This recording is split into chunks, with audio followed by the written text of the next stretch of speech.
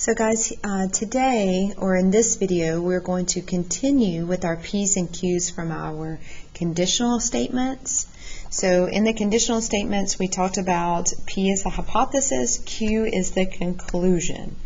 All right, so if you're given P to Q, your conclusion is if P happens, then Q happens. We have a fancy title for that guy called Law of Detachment. That's where only two actions are occurring. If P happens, then Q happens. Because Law of Syllogism, boy, he's a fun one.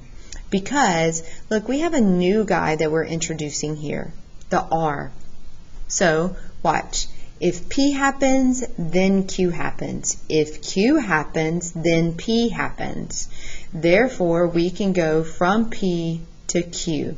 Now, if we were sitting in class, I love teaching this law every year because I would popcorn around the room and ask students, all right guys, if I make an A, then I get a car. What would happen? If I get a car, then I go on a road trip. So we can conclude if I make an A on my test, I get to go on a road trip. And so that's just an example of where three actions occur. I make an A, I get a car, I go on a road trip. All right, so if we were in class, I would popcorn it around and I would call on all of the students and they would have to build on the story or on the conclusion from the student in front of them. And we have had some of the funniest stories told by Law of Syllogism. And I would start with, if I forget my pencil, I can't take my test. Then if I can't take my test, then I make a 0. If I make a 0, then I flunk geometry. And they would just build on it, and it became the funniest thing I've ever heard. So the takeaway from that is, in detachment, only two actions are occurring. If I make an A, then I get a car. Law of Syllogism, if I make an A, then I get a car. If I get a car, then I go on a road trip. So you would have three actions occurring. All right. Now you have to be careful because in like anything else, you have to remember the order. P is your hypothesis, Q is your conclusion. All right. So if they give you a statement where Q is occurring first, then P, that would be an invalid statement. It would not be Law of Detachment or Syllogism. It would just simply be an invalid statement. Now I have a couple of examples I want to show you, and I try to make these relatable. So, is it Law of Detachment or the Law of Syllogism? So here we have given in the finals of the NBA, if a team wins 4 games, then they win the championship. Is this a good time? So, then, all right, so I'm telling you, Houston has won 4 games in the finals.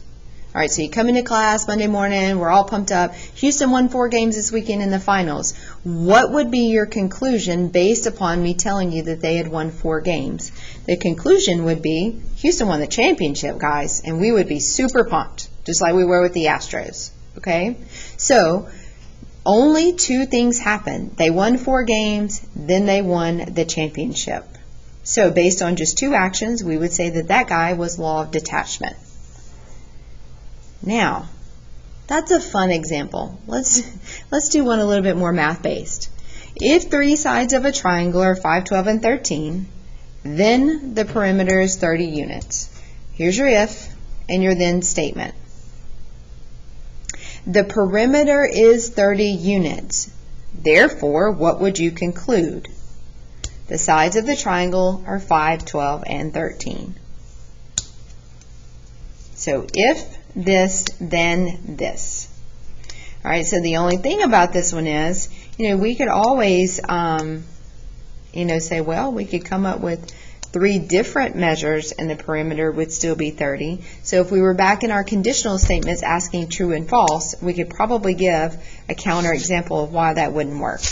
But here, we're just talking about Law of Detachment and Syllogism. So if the sides are 5, 12, and 13, then the unit is 30 units for perimeter. Then the triangle has a 30-unit perimeter. So if I told you the perimeter is 30, you would conclude 5, 12, and 13 are the sides. All right, last example. So again, if we were in class, we would write these down, go over them together. So if you're at home watching this video, either print out your notes and have this in front of you, or write these down as we go. You can stop the video at any point in time.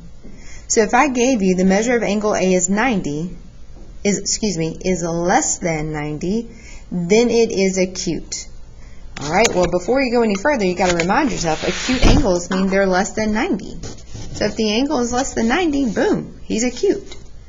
All right, if angle A is acute, then it is not a right angle. That would be a true statement, because if the measure of angle A is less than 90, then it is acute. If angle A is acute, then it's not a right angle. So the conclusion would be, if measure of angle A is less than 90, then it is not a right angle. Guys, which is true, because we know right angles equal 90. They're not less than 90.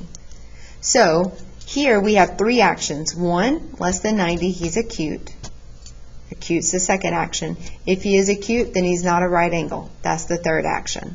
So we're going to go from the beginning, first action, if angle A is less than 90, we can go right to the third action and say he is not a right triangle.